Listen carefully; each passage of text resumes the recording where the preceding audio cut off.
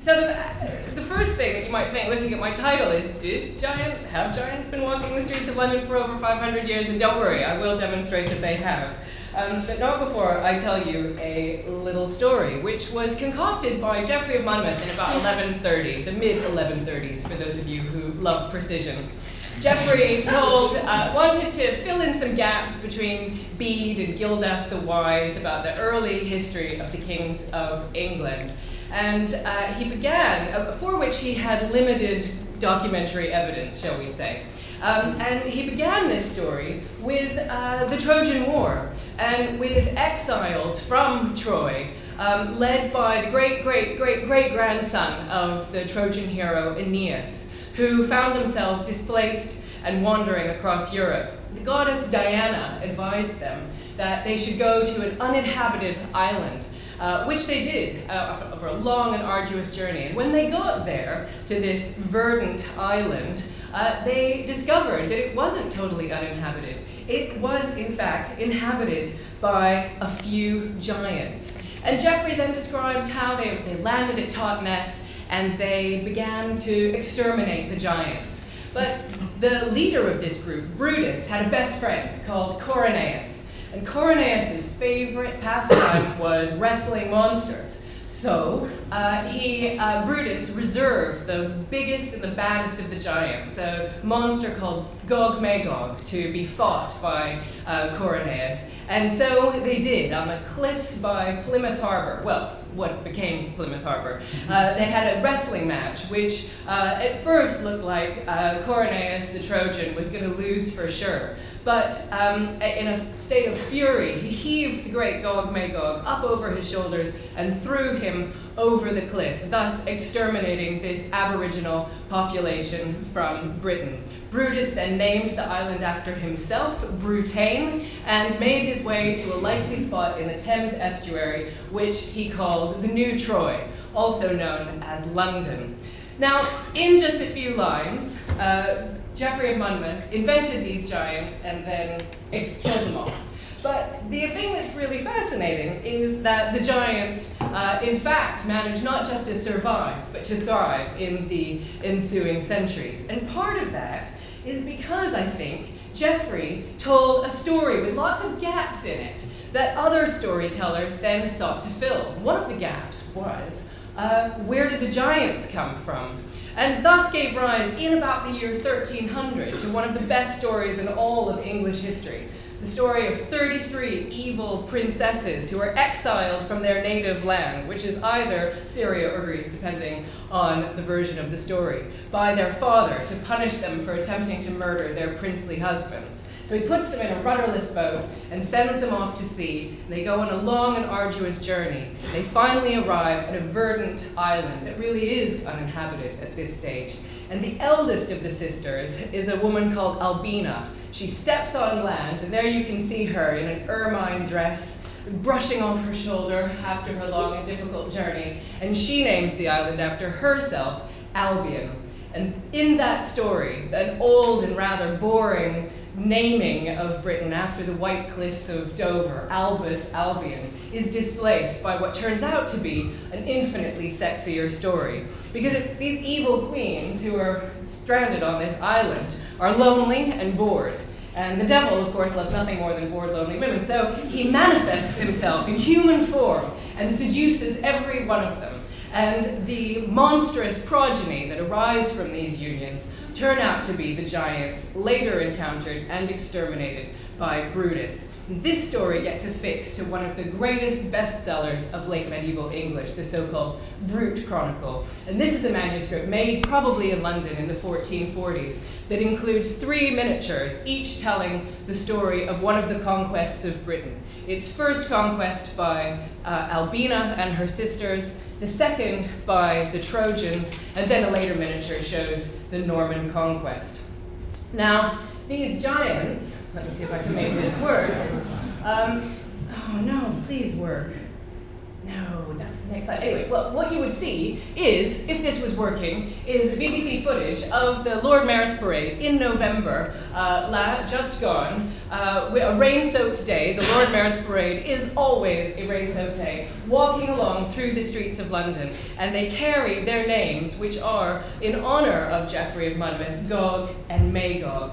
So along they walk. And my question tonight is, why have they done so? Oh, there we go. I finally got it working. And there they are. I've cut the sound because basically everything that the people are saying in microphones is all lies. Not like Geoffrey's story, which is based on reliable primary sources. So here they are strolling through the streets of London last November. Now, these giants began to appear in London, really first of all in manuscript illumination and in books, but they started to be created as giant kind of sculptural objects, probably as early as 1415, when Henry V rode triumphant into London, across London Bridge, through the southern tower on the south side of London Bridge after the Battle of Agincourt. And there we know he was greeted by a couple of giants. A couple of years later, in fact 6 years later, when he entered the city with his soon-to-be wife, Catherine of Valois, other giants were created. And we have all the records for the creation of these giants. We know what kind of string they used. We know that they paid someone in beer in order to make them wave at the soon-to-be queen as she walked by. But it's not really until 1554 when Mary Tudor rides into the city with her soon-to-be husband, Philip of Spain, that the giants are named. At that occasion, we find in the records that they're called Coronaeus Britannis and Gog Magog Albionis. And just a few years later, these great pageant figures that were made for Philip and Mary's entry were recycled, and along, in fact, with the dress that Mary wore on that day for Elizabeth I, as she rode out of the city the day before she was crowned at Westminster Abbey. And the route that she took, one can reconstruct through the brilliantly detailed records that survive, concluded at Temple Bar with Gog Magog and Coronaeus wishing her well on the eve of her coronation. We don't hear from them again until a few years, well, at the end of Mary's reign, shortly after Mary's reign, when James I has succeeded to the throne. And on this occasion, in 1605, the Lord Mayor's Parade is celebrated with a spectacular pageant that involves Britannia personified, pulled along on a great chariot with two subjugated giants, Gog Magog and Coronaeus, dragged behind. And they don't have any lines in this playtext, but they're told to growl contemptuously at the crowd. We also know, just looping back to the rainy day that the Lord Mayor's Parade is, we also know that it was rained out the day that it happened, and they had to do it the following week with extra expenditure for drying out the costumes. It's quite expensive to get your giant dried out and all the other pageantry for the day. So the tradition of being rained on the Lord Mayor's Parade is a long one. After these giants were paraded through the streets for things like the Lord Mayor's Parade, they were set up in the Guildhall for the people of London to enjoy for the rest of the year.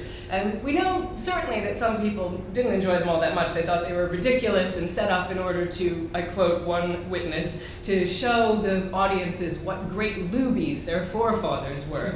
But we do know that sometimes they were taken out for other occasions, as in the spectacular fireworks display that was put on to commemorate the marriage of James II, when we know that giants were taken from the Guildhall, brought to the Thames, floated on a massive pontoon, packed with an unbelievable quantity of explosives, and set alight. And we have, rather remarkably, a set of wonderful drawings made by Willem van der Velde of the afternoon of this spectacular day. And even more remarkably, we have a couple of engravings showing the giants being blown up, having been slightly repurposed to personify other beings. And the king and queen would have been watching from the leads on Whitehall Palace, with their backs to what is now the bit of the river where the London Eye is displayed. And with the magic of PowerPoint, I can recreate this moment for you right now.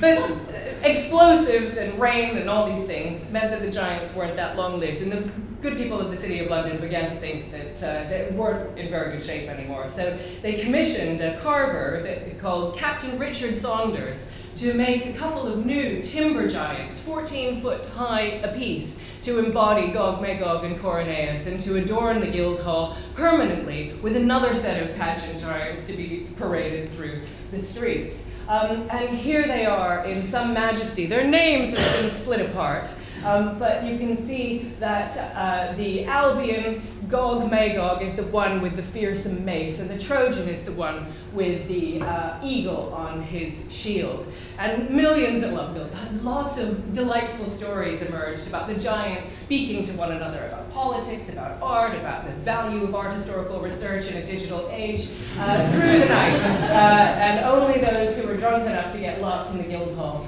would hear them. And here they are in a wonderful photograph of about 1930.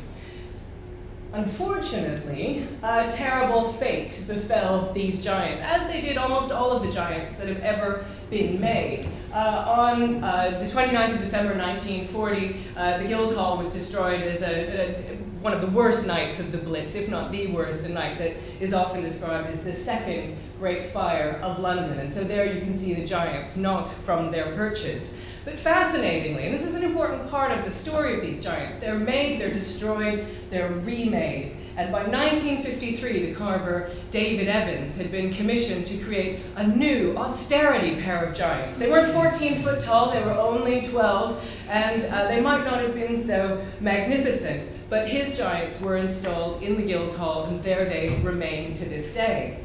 At the same time, all through the Guildhall story, groups of community groups within the City of London continued to make giants for the pageants. So here we have a group of women from what became London Metropolitan University in 1928, standing very proudly by the wonderful, horrible head of what must be Gog Magog, and then as he's paraded down Fleet Street.